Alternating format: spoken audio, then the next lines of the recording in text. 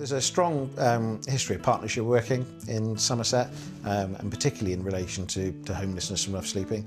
And following some work we did in probably 2018, we recognised there was a real gap around a nursing offer. The Health Equality Partnership Programme is an NHS-run programme with the intent really to bring people from various disciplines together to work on health inequality. So when we were able to apply for the Health Equalities Partnership Programme funding that the programme brought enabled us to pilot the nursing team. We've ended up with a situation where we've got a very small team really, a team of 8, who have developed relationships with accommodation providers, other health professionals, and they've almost become the glue that we're starting to build this homeless health offer around. What I've found since working with the homeless nursing team is that rather than having me here for a few hours a week, we've got a lot more flexibility, we've got more people, we've got people with different skills, and we're able to provide a much fuller service. It's much easier to sort of bring the services to an individual who's struggling to make appointments rather than expect them to sort of go to various parts of the local community. A lot of the people who are homeless are actually extremely vulnerable. So the smallest thing we can do to just make it easier, it has a big effect on the outcome. Core 20+5 aims to support the reduction of health inequalities among the most deprived populations and groups that experience poorer than average NHS access, experience and outcomes.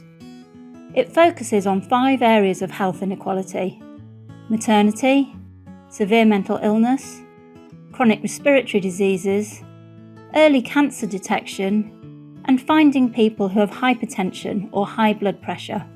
One of the key features of this piece of work that we've been involved in is looking outside of our existing silos, working collaboratively. So this is the next phase of the evolution of the NHS, I think, where health and social care and complementary services start to become part of a system. And so that reflects the aspirations to the wider integrated care system that's going to happen in Somerset. I'm a great advocate for people that aren't, accessing healthcare, people who don't sometimes feel they deserve that healthcare, which, really does upset me. So when people do actually get the care they need, it doesn't matter who that's from, it doesn't have to be me.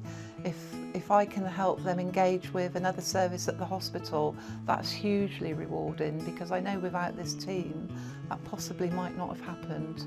From a scalability point of view, I think the work that we've done shows that at a relatively low cost, you can provide a really high quality offer to some very vulnerable people, but leaning on and working with existing services. And I think if you've got a non-urban county, but actually you've got a need spread across the county, I think it'd probably be quite worthwhile talking to us in Somerset. It's really, really rewarding to see somebody who is able to make a huge difference to their lives with support from other people.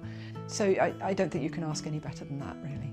They're amazing people, and yeah, I can't thank them enough actually. I mean that, I really like to thank them from the bottom of my heart, because I wouldn't hear about these people.